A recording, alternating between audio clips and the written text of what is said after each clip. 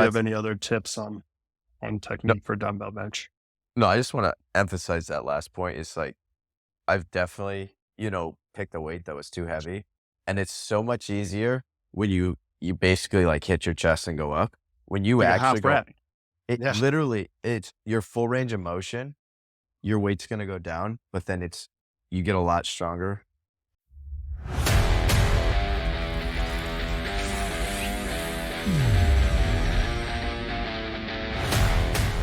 Welcome to Iron Summit, where we cover topics about health, fitness, and general performance through the eyes of former elite Division I wrestlers.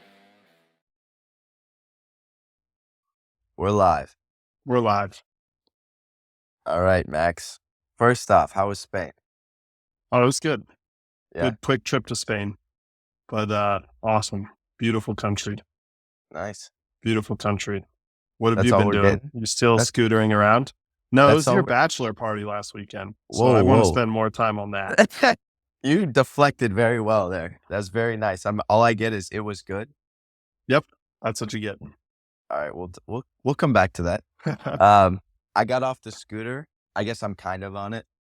Like I'm walking with the boot now, so that's cool. Yeah, it's kind of weird, but I'm getting there. I'm How was probably your not. bachelor party? You're deflecting that too. It was good. I mean, it was You're good. giving me the same answer. Max, sometimes you got to give before you receive. You know what I'm saying? You went to Vegas. Yeah. How much money did you lose? So that's a great question. Honestly, I'm a giver. No, there's just I an was given. I answer. donated. I donated to the local economy, and basically, I had a How set much? number. I had a set number I was willing to lose, and it depends what point in the trip we're talking about. Because there was times I was up big. There's times I was All down that bad. matters is when you left. Net positive, net negative. What is money? I feel like I won with memories. You were social capital. You were positive. Listen. I was like, I capped myself. I'm like, all right, if I lose $1,000, that would suck, but like I'm all right with it. You, And I was under that, so you're under. it was Okay, that's it not was a win. terrible. It was a net Yeah. positive if I was expecting to lose 1,000. It's So a- you got to That's reframe some- stuff. That's some highly logical math right there. The Who one, was the MVP of your bachelor party? Was oh, it Tuna? A Tuna recent guest? Tuna was good. Tuna was good. No, he was the man. What do we define MVP? Because like funniest story, probably Aiden or Matt. Who's Tuna, who's your favorite? who's my favorite? Just Don't do that. My brother was awesome to see him. Dude, what was I about to just say? Gosh, Max, you got me on my train of We got you thought. I lost it. flustered. Yeah, Yeah. little bit. Oh, it was electric. The first thing we did, we had everybody like come in and just put like 100 on black, and we won the first hand. So energy was high to start. It was all That's when you downhill should from have there. left. You should have stopped gambling at this point. It's like I know it's gonna hurt, but I keep going back. Yeah. Yep. That's smart. Yeah. I'm stubborn. Anyways, All right. I want to talk about something really quickly before we move on. Okay. I was thinking about like I was just reading some stuff and talking about AI stuff. You think like fitness, AI is probably not like gonna touch fitness, but then I was reading some stuff talking about like personalizing your exercise with AI, which I think admittedly like probably is overcomplicating stuff and probably only a select few psychos will actually use that. But if you can actually like plug in your genetics and get like a full body scan and it creates like quote unquote the perfect whatever program for your specific body, I think it'd be pretty cool. And I don't think it's that far out of the realm of possibility in the future. The one caveat to that is like humans are probably going to have to program what the perfect thing looks like for each person. Bingo. So it comes back to humans, but Yeah. It can probably help at some point do it faster and repeat doing it easier. But the underlying data, which is going to drive the AI, the machine learning that makes those assumptions based on your genetics and so forth, will still be coming from a really good trainer or Yeah. human or that kind of data. Because AI is only as good as its underlying data, which is The why other it's not really AI. Yeah. Yeah, the other thing I think about that too is, like, honestly, we don't have, like, an information problem. Everybody's got the internet. It's like a adherence problem, so Exactly. unless you get that behavior change, it doesn't matter what your program is. Right. That's why I think like a good coach um, is so important. You're never going to get that from AI because it's, yeah, like you said, it's the adherence. A good coach helps you adhere, makes adjustments, sees things that aren't just data driven, like actual um, human characteristics, Yeah. softer traits that aren't data driven, and is able to make adjustments based on that. So still probably a really good coach is king, but AI will probably make those really good coaches' jobs easier. Yeah. No, I like that a lot. I think you gotta solve the emotional problem before the logical problem, which is There you which go. is good. Adherence is the single largest. Yeah. What is it with diet? It's like the number one thing. It's not the what diet, it's how well you stick to it. But yeah, Yeah. that's a tangent. That's not what we're here to discuss today. We're here to discuss chess. It's if you're not watching video, Maxon's popping his chest. So Yeah. Max, why don't you take us away with how to develop some butt cheeks on your chest? Some huge chest. This is the ultimate meathead episode because everyone who steps foot in the gym ultimately just wants a big chest for a couple reasons. I have some theories on this. I don't know why, but I have some theories. Okay. One is I think it's for an aesthetic physique. It's like one of the key muscle groups, if not the leader. I'd love to get Yeah. your opinion on that. But one of my theories is because of Arnold, who popularized like bodybuilding in public culture, and um, he was kind of the first mainstream, very muscular man, had Yeah. huge chest. So I think he kind of set the bars, and then everything is flown from there. What do you think? Chest number one for aesthetics? Yeah, I think it shows, like everybody. I mean, the first thing you learn when I don't know about you, but I feel like the first thing you learn, you go into the gym is like, you go to the bench press. But it's definitely one of, if not the most important muscle when you're like, we'll call it like a beach muscle. Yep. Um, so yeah, I totally agree. Well, That's it's even important with the shirt on. Big chest can hide a gut, right? Like if your chest sticks out farther than your gut, you're good. I think it's a fun muscle group to train too, because like if you mess your legs up or like, I don't know, like maybe your back, I don't know, maybe not back as much, but like it's hard to do a lot of volume without hurting yourself, or like, if you fail on a squat, there's like detrimental effects. Or if you fail on a bench, it's like, all right, cool, just lift it back up and you're good to go. And it's easy to like continue, like it's easy to get up for a chest day. Yep. If you've had a long day and you're like tired, you can go hit some bench. But like going and squatting 500 pounds, you got to get a little more mentally prepared for that. This is true. That's why it's the ultimate bro muscle. It's like fun to train. Pumps are fun. Let's talk a little bit about the breakdown of the chest. It's the largest anterior pressing muscle on the body. It's broken into three divisions when we talk about training.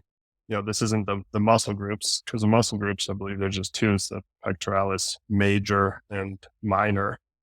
But from a training perspective, you can break it down into really three parts of the muscle that are trained in kind of three different pressing ranges. The first is the largest is the costal, which is kind of like the outer edge of the pec. So if you're like from your shoulder along the bottom of your pec to kind of your nipple, that's your costal pec. That's where you get the most pressing power. That's like what you use in the bench press, mostly. Then it's not, I'm going to caveat that it's the most important for strength. For pressing, it's the biggest division of the pec, but not necessarily the most important for aesthetics. You have the sternal, which is the interior portion of the pec, that sternal next to your sternum.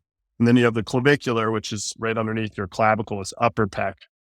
I would say for aesthetics, those two are arguably more important than your costal because a big, if you got big chest along the inside and then under your clavicle, that's what makes your chest look really big because that's where most people don't have a big chest. They're harder to train, more nuance in training them. Not as big, not as strong. Kind of got to like target them a little more. So that's when you look at Arnold, like an Arnold chest, where it looks like it's hitting you in the chin. That's that big clavicular, big upper pec. It's that's the key. Yeah. Yeah, absolutely. I think that's such an interesting part too, just talking about developing your chest. I think it's really hard to develop just your chest without developing, stuff around it.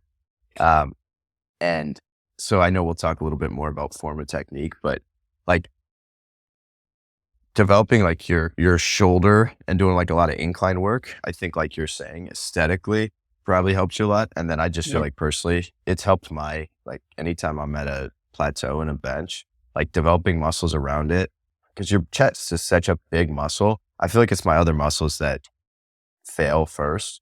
And so doing like tricep work, shoulder work, generally I've felt has helped me a lot more in developing my chest further because then I can add more Yeah. volume onto my chest. Yeah, it's a great point. I think like you are unique because this is like I'll break down the problem with chest training. A lot of times, a lot of people actually don't know how to use their chest because there are so, like to your point, there's so many muscles that press.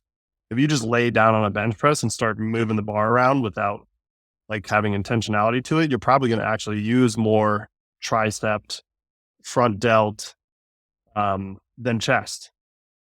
That being said, if you can develop your chest to be the primary driver in a pressing movement, you're going to be stronger at pressing movements because it's the biggest, and you're going to develop that chest. But it is a two-way feedback where you also need to develop the delt and the tricep to be able to do more chest work. And it is in almost all pressing movements, it's one of the hardest muscles in the body to isolate. To your point, the pec is so hard. Like you cannot do a pec movement without getting at least some delt and some tricep. Or very hard. So everything you're kind of getting all three. To your point, which I think that's what makes it really hard for a lot of people to develop a big chest because they end up like just doing a ton of front delt or a ton of triceps just because they're moving a weight from point A to point B and not being intentional about training their chest, which we'll get into exactly how to do.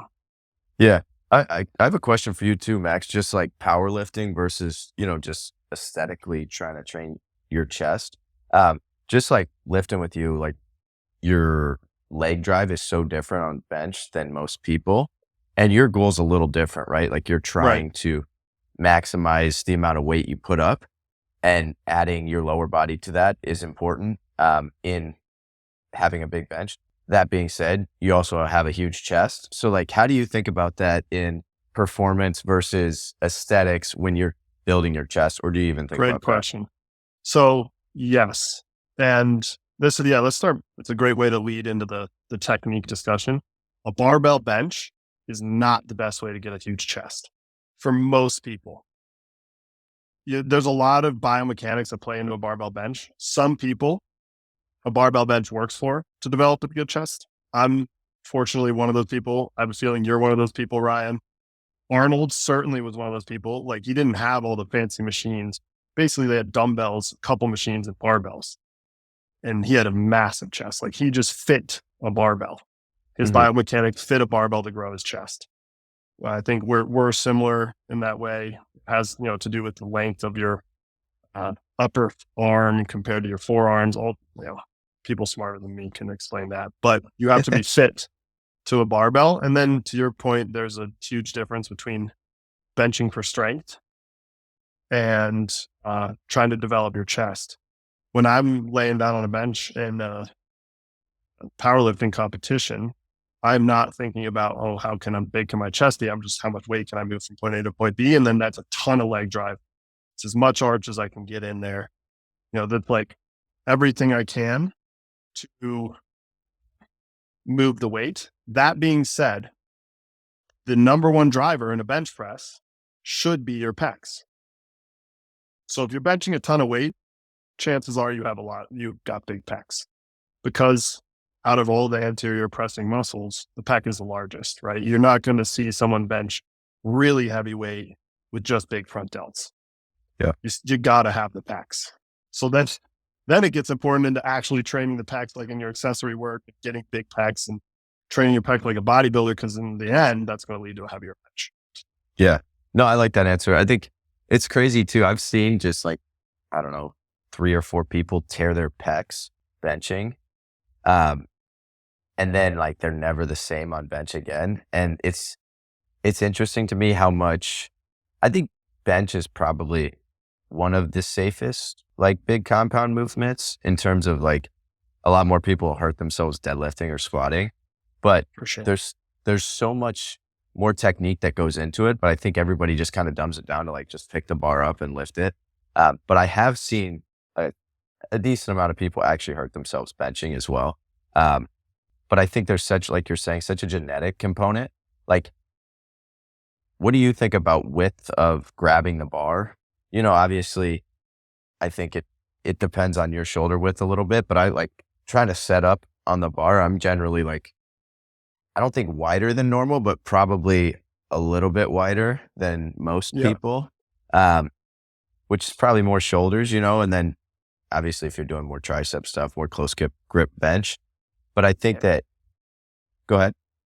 No, I agree with what you're saying. Yeah. So a lot of people think the wider I go, the more chest I get, which is not true. It's kind of like in the chest, when you're really pressing with your chest, is like kind of in between the shoulders and the triceps, like a medium grip. What I tell people for benching to find the width, it's actually at the bottom of the movement. So put the bar on your chest and then try and find a place where your wrist is stacked directly over your elbow. If your wrist is inside your elbow, you're going to be getting a lot more triceps. And if your wrist is stacked outside your elbow, you're going to be getting a lot more shoulder, and you're just putting like weird tension on everything at that point, like if you're that wide. So put the bar on your chest and find where your wrist is directly stacked over your elbow.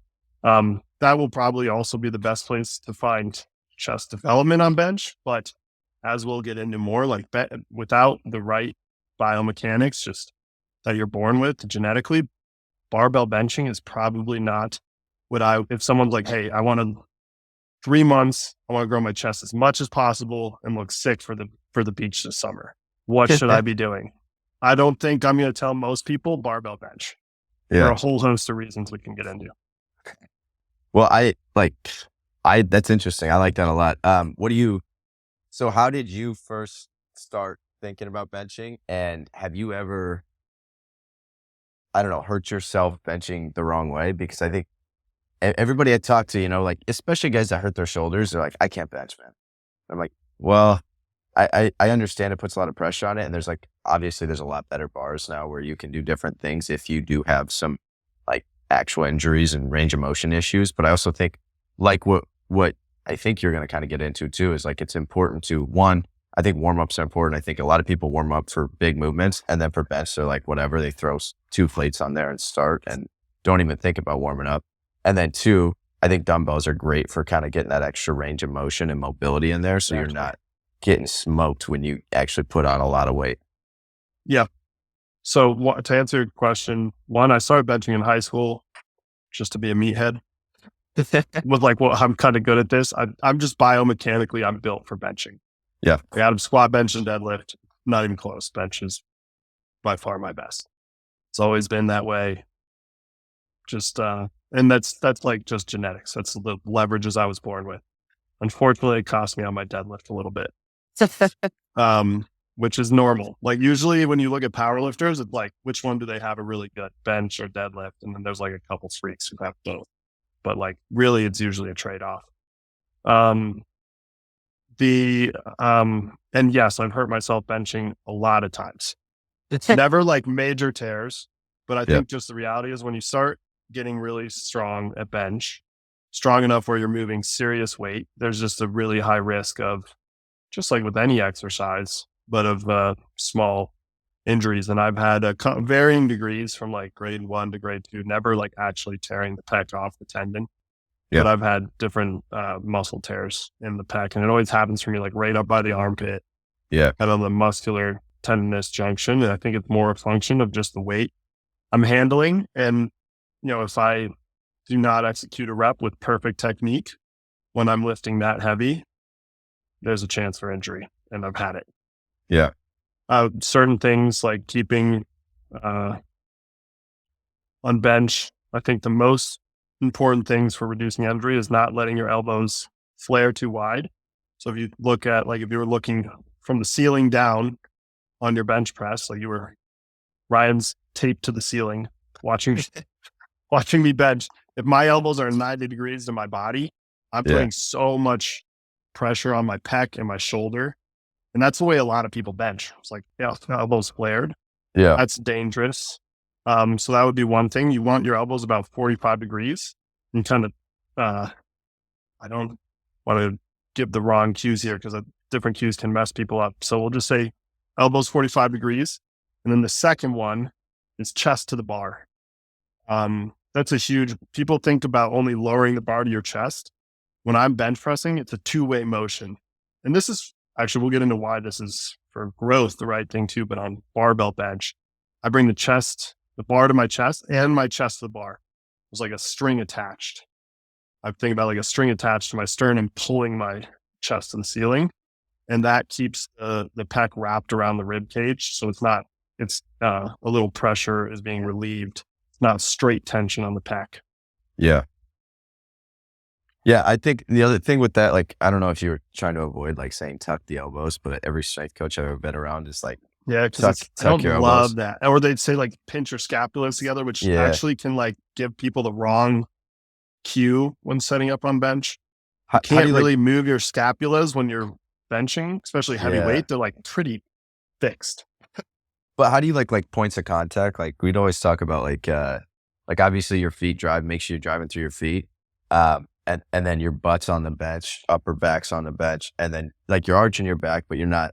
I think a lot of people, I've seen a couple of people get hurt from just lifting their butt when they put Yeah. heavy weight. Um, and I think there's a fine line of like, yeah, you want that arch and that tension, but you got to be smart about not letting your form break down once you have, the heaviest part of the Yeah. motion, it's on your chest, and guys You try to like can't. Yeah, motion it up. exactly. You don't want to heave. That's a great point, Ryan. If you see people like sink and then heave, you're changing your position while benching. Like increases risk of injury on barbell bench. Points of contact. Yeah, it's not like it's like almost like your lower neck. Yeah. And then I'm trying to create the arch and the tension I want while keeping my butt on the bench. I'm trying to get that point of contact. I'm kind of like lower neck traps area as close to my butt as possible. So I'm trying to like shrink that space between the 2 points of contact. And then the other thing on bench technique is a little bit of constant leg drive. A lot of people think the leg drive's only off the chest. As soon as I lift the bar off, I'm driving, like I'm pushing, like I'm trying to slide off the bench, and that keeps that tension there. And then I Yeah. increase it slightly off my chest, but there's always leg drive. Yeah. I I don't know think if that a makes good point. sense. No, absolutely. And I think a good point too that you just made me think of was like, try not to have like a power leak where like guys kind of like move when you, instead of going straight up, like you're like really shifted. You see the guys hit where you rack it, you hit it Oh on yeah, your clips, and it's that's like you actually a lose. huge. Yeah, great. I'm sorry, I keep cutting you off. I'm passionate No, about you're good. Go benching. ahead. Yeah, I love it. Keep going. That's like one of the biggest common miscues because I've heard a lot of strength coaches say like arc towards your eyes, like from your chest to your eye. Don't do that. That's a terrible cue for bench. It's ridiculous. I don't know why anyone said that in the first place. You should be pushing that bar in as short a range as possible, especially for power, but also for your own safety. That thing should be moving straight up. It's Yeah. like not in some big arc. You're You just also like shifting from your shoulders, from your chest to your shoulders. It's a strange bar dude, pattern. I learned that with like military press. Like if you're not keeping your wrists super tight and jamming it straight up, like that weight will feel significantly heavier and you're putting a lot of pressure on your wrist where you start hurting your wrist. Right. And so once I realized like if I don't have power leak and I can go straight up with it, it's so much safer. One, two, you're training the muscles that you're trying to train. And three, you can Yep. throw up a lot more A weight, lot more which weight. is also a great benefit in terms of strength, but just like, Yeah. I think learning that lesson, I didn't even learn it on bench, but you see it happen a lot too. And like, especially when you're going heavy, guys set up too close or pull it off Yep. and they start arching it up. You mess up your sets and it's just, I don't know. It's a huge Yeah. No, injury it's risk. great points. I think that's another huge one, Ryan. You're hitting all of them. Is like your wrists not having, you want your wrist stacked. A lot of people grab it and they like have their wrist kind of like turned. Yeah. You can see the video, but it's like your wrist is breaking towards your face. And then they're trying, it's a huge power leak. You want your wrist totally stacked. Everything is stacked from your wrist to your elbow, straight down, from your knuckles to your wrist to your elbow. So what about suicide grip, Max? Why do people suicide grip bench? Because that seems insane to me. No idea. It's, if you were trying to like bench for bodybuilding, which then I want to move into that point. You probably shouldn't be doing unless you're built in a certain way. I could see maybe suicide grip so you can turn your hands a little more and you'll actually get a little more pec activation, but you're losing a lot of power. And you can actually, if you know how to do it, you can set up with your thumb around the bar and still get the turn. Like that's why I put my hand on the bar and then I actually it's like I'm kind of trying to twist the bar a little bit. Yeah. So the bar is sitting, it doesn't sit straight across my hand. It's actually sitting like a little bit across at an angle. But there's a quote from, I think it's Ed Cohn, who's like one of the greatest powerlifters of all time, said like suicide grip benching is like driving a Lamborghini without a steering wheel. Dude, I've seen people do it. I'm like, you're just asking to die. Like my hands get too sweaty. I'm going to slip and throw it right on my neck. Yeah, just so everybody knows what we're talking about. Like you don't put your thumbs around the bar. You're literally just holding it with your hands and put it this resting way. it on There's a reason it's called suicide grip. Yeah. Not advisable. All right, that's enough bench technique talk. Let's get into now. If you're trying to get a big chest, which is what everyone actually wants, they just think the barbell bench is the way to get there because it's meathead. This is like, before we get into actually how to grow the chest, the biggest problem with chest training, it's like a terrible feedback loop. And it is the biggest ego lifting muscle. It's bro lift muscle.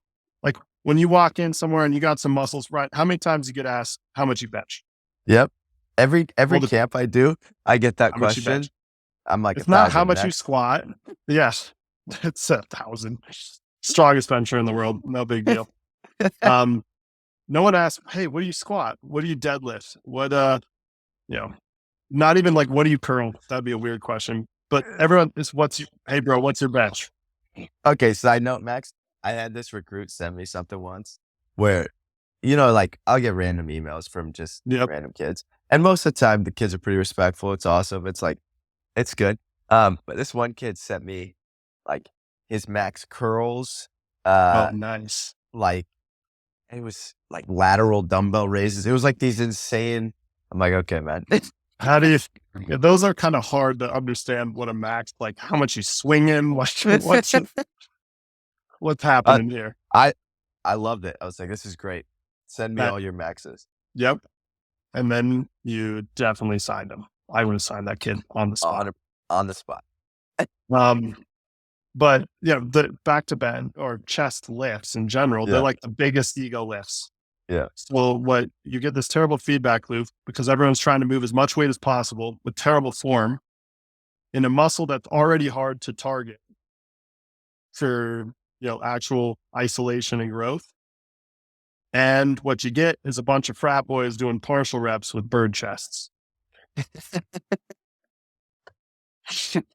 That one felt targeted, Max. That one felt like you got. And I don't mean just frat boys. I'm calling those.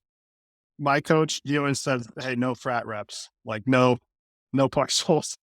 Because what you get is like and we've all seen it. You go in the gym and you got the guy who's like going halfway down. He's not even getting close to his chest on barbell bench. Or you got the dumbbells. You get the bigger the dumbbell, the worse it gets. And they're just like angling them. So you barely moving the weight. You're getting like barely any of your chest. So this Yeah. is the biggest problem with chest growth is most people lift with their chest with way too much ego. The key Yeah. to a big chest is checking your ego at the door. Yeah. Well, and I think hypertrophy, man, like if you can get over what other people are watching, which I get it, it's a tough one to drop your ego at the door. Um, like if you can do a lot more volume, chest is something that you can safely do a lot more volume with, especially if you go to a big gym. There's a lot of better machines that you can do as well. And then drop sets on bench. I like one of my favorite things on bench is to do drop sets after you're done because it's super safe. Like as long as you got somebody's that like once you fail, they'll pick it up. It's not like a squat where you're going to like collapse under the Yeah. weight when you can't move it anymore. Yeah. No, it's the key is checking your ego at the door, especially with chest training, doing more rep. And guess what? If you do it for long enough, you will be able to move heavy weight with good technique. Yeah. And because guess why? Because you're going to actually grow your chest. You're not just going to be frat boy repping weights with your shoulders. There's a particular video that's been circling online of these sort of reps. I'm not going to say more than that. Oh, wow. Okay. Cryptic. Got it. Yeah. Ryan knows the video. Maybe we'll like link the video in the Yeah, we'll podcast link it. description. We'll link it. Yeah. Next point. That's like a perfect example. So the keys to good reps. Or do you have more points on the ego lifting? That is. Yeah, sorry. I got one more thing. It's a plague in chest training. It's like bad in all kinds of training, but chest training particularly. Yeah, I completely agree, man. And honestly, where I realized this the most is like, especially right when you go to college, like you're in a college weight room with a bunch of other dudes. Like it's awesome. You guys push each other, but also that is like a prime like breeding ground of ego lifting. And I remember, one of my teammates that I looked up to a lot, like I look over and it's like, he's not doing that much weight. But then I'm like, he is so strong and so big, but he was doing everything like full range of motion. Everything was perfect reps. And by the like end of it, he's doing a lot of weight with perfect technique and he didn't get hurt, And so I think it was cool for me to see somebody like that because it's easy to kind of look to your neighbor and be like, oh, he's littler than me and he's got like almost the same weight. Let's throw some more weight on. Or, oh, he's bigger than me and we're almost at the same weight. Let me catch up to him, And so seeing people that just like can genuinely, like everyone says, they don't care what other people think, just genuinely just be like, nah, I'm going to do me and not look left or right. Yep. And you'll have bigger chest, be better off for it. That's why it's good lifting with you, Max, because you're just so ungodly strong. I'm like, I'm not going to catch him. I'm just going to do what's right for me. That's a very nice compliment. But maybe that actually like gives some perspective. Both of us are pretty strong in our chests, and both I would say have pretty big chests. But like as an example, and I want to hear yours too. Like I bench. I'm trying to accomplish benching 500 pounds competition bench, 500 pounds in a powerlifting competition. I bench 500 pounds multiple times in training. Like bro bench, like football weight room bench, I can probably bench closer to 550.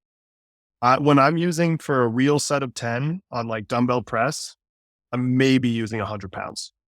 Yeah. Like I could push it a little heavier, but like that puts it, because you see a lot of people go in the gym and grab way over 100-pound dumbbells to do chest press for a set of 10.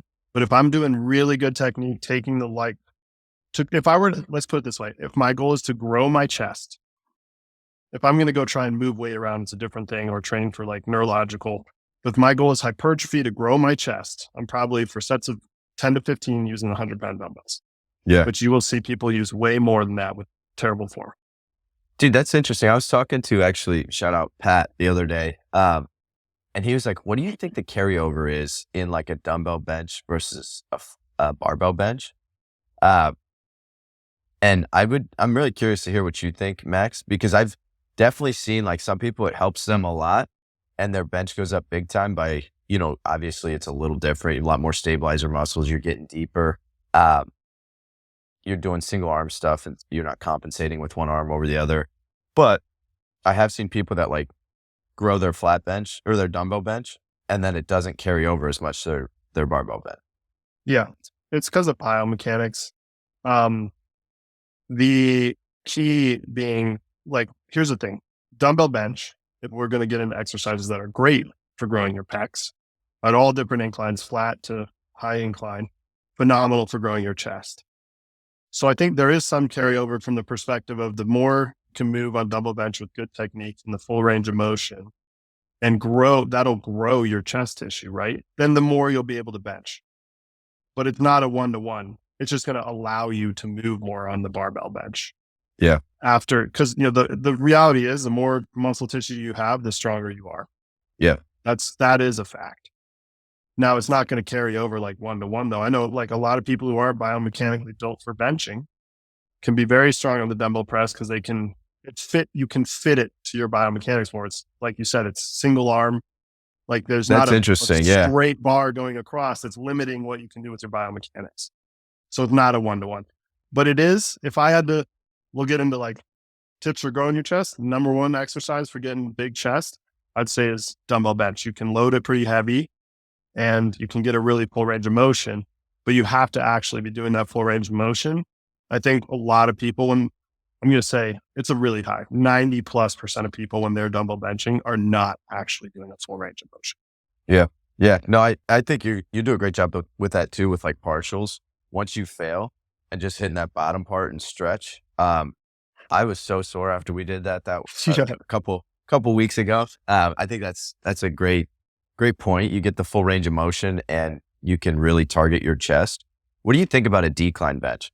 Because I remember when I was really young, I don't know, it's like 15 in the gym. They're like, oh sweet, I can bench more. It's decline. Let me throw on more weight and go do this. And then it's like I don't do it anymore. I kind of think it just like that. It's just especially in a college weight room, like you're not going to do that. But maybe in a bodybuilder sense, it could help. But I just don't think it. I think there's more bang for your buck with other exercises. But yeah, I agree. The decline bench is so you're stronger in a decline than you are in a flat. That's actually when you're powerlifting and you're arching, you're trying to turn the flat bench into as much of a decline bench as possible. That's interesting. It's actually what you're doing. But that being said, the decline bench, it hits the costal pec, so that lower outer, so the big driver. It's like almost entirely biased towards that. So if you're trying to grow your chest, you're getting your costal chest doing full pec movements. So to your point of bang per buck, probably not the best. For growth, probably the best is going to be an incline bench of some sort. One, it's going to hit flat bench is more costal than anything, maybe a little sternal. And then as you go up in inclines, it moves away from costal and towards clavicular and sternal, which, as we talked about before, are kind of how you look like you have a really big chest. So I think those are the key. I would say incline dumbbell bench. If someone was like, hey, it's a 3 months again, get as big of a chest as possible. I can only do one exercise.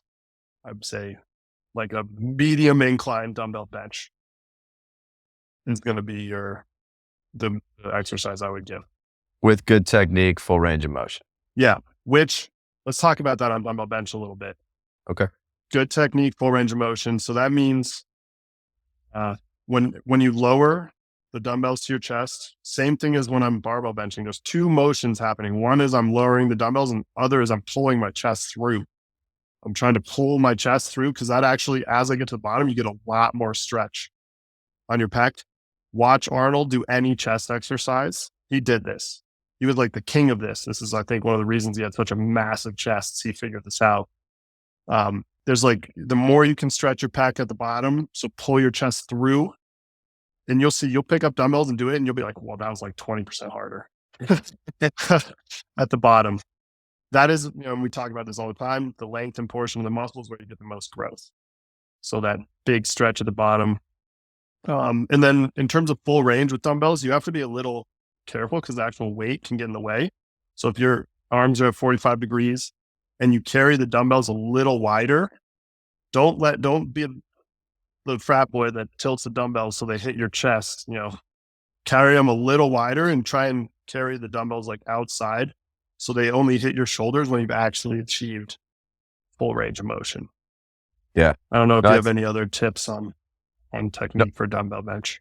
no, I just want to emphasize that last point. It's like, I've definitely, picked a weight that was too heavy. And it's so much easier when you basically like hit your chest and go up. When you Like a actually half go, rep. Yeah. it's your full range of motion. Your weight's going to go down, but then you get a lot stronger. I think it's a lot healthier for your shoulders. And then long term, it's the right way. So full range of motion, dumbbells, awesome. Definitely make sure that you pick the right weight. Yep. I remember the first time I lifted, my coach who's like really introduced me to a lot of this. I did the dumbbells and I like hit my chest and he's like, all right, look, let's take a video of it. Look at it. You're getting less range of motion with a dumbbell than you are with a barbell. Yeah. Wow. Like, let's change your tech. And then you can change, and then you get like 30% more range of motion with a dumbbell when you're not like limiting by hitting your chest. Don't tilt your wrist. That's ego lifting, which Um, I've been guilty of it too, for sure. Everybody, nobody gets away with that. And then in terms of frequency, right?